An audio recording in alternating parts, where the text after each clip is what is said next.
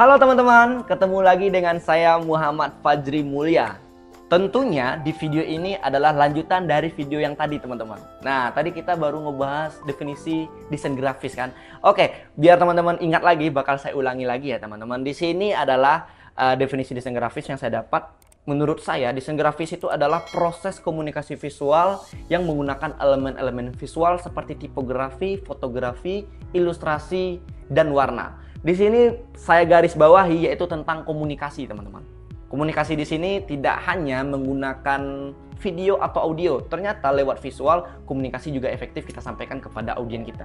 Teman-teman pasti penasaran gimana sih bentuk komunikasi lewat gambar. Sebenarnya teman-teman udah sering melihat gambar ini atau logo ini atau elemen atau icon ini di luar. Apakah itu di mall, di minimarket, atau di kampus, atau di tempat umum lah, pasti teman-teman udah sering menyumpainya.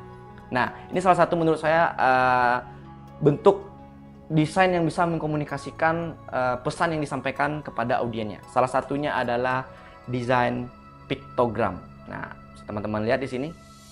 Nah, di sini ada beberapa icon dan di sini nggak ada tulisan, nggak ada audio, tapi kita tahu, oh di sini adalah toilet pria dan toilet wanita dengan desain piktogram ini teman-teman.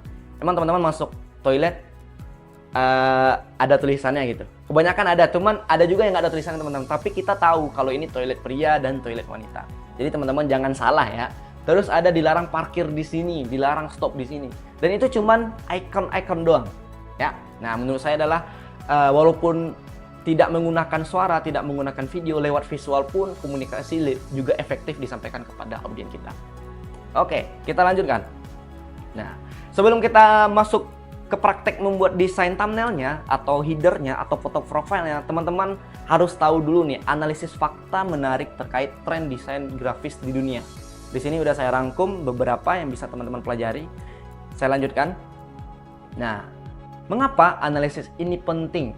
Tentu aja penting teman-teman, karena perkembangan dunia desain itu setiap hari menurut saya itu semakin berkembang.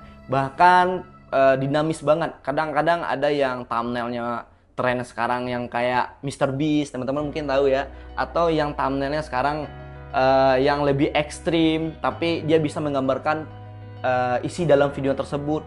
Jadi perkembangan thumbnail tuh, perkembangan desain tuh tiap tahun dan tiap harinya menurut saya berkembang teman-teman. Makanya kita penting menganalisis tren desain grafis tuh sekarang yang seperti apa.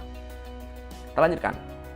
Nah, melakukan analisis fakta menarik tentang tren dunia desain grafis penting karena beberapa hal berikut. Pertama, perkembangan desain grafis untuk konten kreator dan tren desain grafis sebagai teman-teman pengen mengampu disiplin ilmu sebagai graphic designer atau bekerja sebagai user graphic designer. Nah, oke, saya lanjutkan. Efektivitas komunikasi visual, pesan yang tepat sasaran. Tren desain grafis mencerminkan cara paling efektif untuk menyampaikan pesan visual kepada audiens saat ini. Dengan mengikuti tren, desainer dapat memastikan bahwa pesan mereka yang disampaikan dengan cara yang paling efektif adalah menggunakan visual-visual yang menarik dan tren desain yang tren pada saat ini. Tren membantu desainer untuk menciptakan karya yang tidak hanya fungsional tetapi juga estetis sesuai dengan selera visual modern pada saat ini. Lanjutkan. Nah, ada beberapa tren desain yang berkembang pada saat ini teman-teman. Pertama itu adalah desain yang minimalis. Berikutnya penggunaan tipografi yang berani. Yang berikutnya desain dengan menambahkan aset figur. Yang berikutnya warna desain yang konsisten. Nah, jadi teman-teman nanti bakal belajar gimana cara bikin desain yang minimalis juga, penggunaan tipografi yang berani, dan desain yang menambahkan aset figur atau seseorang di dalam thumbnailnya.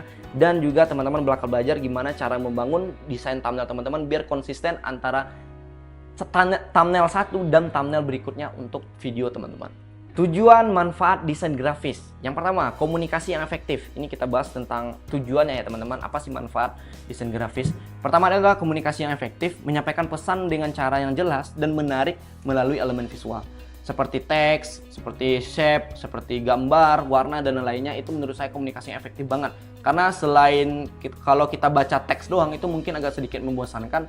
Dengan adanya aset figur atau warna yang menarik, itu pesan lebih ada hooknya atau lebih ada pancingannya untuk kita baca teman-teman. Berikutnya adalah membangun identitas merek. Nah, membantu membangun identitas dan memperkuat identitas visual merek tersebut untuk meningkatkan pengenalan dan kepercayaan audiens. Yang berikutnya, meningkatkan engagement. Nah, menciptakan konten desain yang menarik untuk meningkatkan interaksi dan keterlibatan audiens. Berikutnya, daya tarik.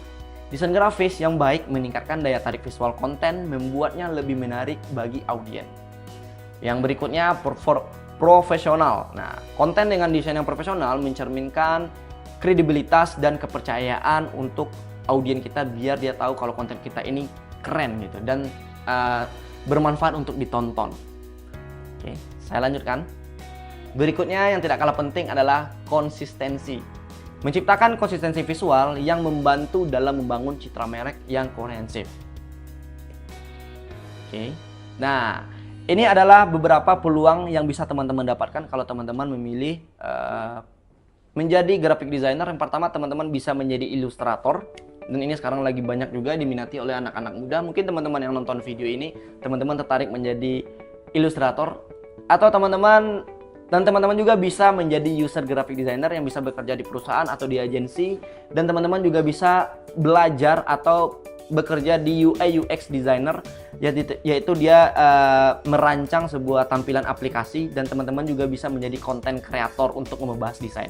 Jadi peluang desain grafis ini banyak banget teman-teman. Jadi teman-teman jangan khawatir, ini adalah disiplin ilmu yang selalu berkembang. Menurut saya ini selalu berkembang karena sekarang udah era digital semua teman-teman. Semua tampilan yang teman-teman lihat di handphone itu perancangnya semuanya orang desainer grafis semua. Apakah itu dia graphic design, apakah itu UI UX design, ataupun ilustrator. Oke teman-teman, kita lanjutkan. Nah, mari kita bahas salah satu aset paling penting untuk mengoptimalkan channel sebagai konten kreator. Yang pertama, kita bakal bahas ya thumbnail dan header. Nah, kalau foto profile menurut saya itu tergantung teman-teman apakah mau memilih foto teman-teman sendiri atau memakai logo atau identitas teman-teman sebagai konten kreator, itu juga boleh. Tapi yang paling penting sekarang kita bakal belajar bikin thumbnail dan bikin header nih teman-teman. Oke, nah kita makin mengkerucut ke materinya. Sekarang kita bahas thumbnail. Apa sih itu thumbnail? Thumbnail adalah bagian penting yang digunakan oleh beberapa orang saat mengunggah video, blog, atau konten tertentu. Tujuannya untuk menarik minat para audiens agar menonton video yang sudah diunggah. Jadi, jika disimpulkan, thumbnail bisa diartikan sampul di sebuah buku. Nah, jadi itu teman-teman.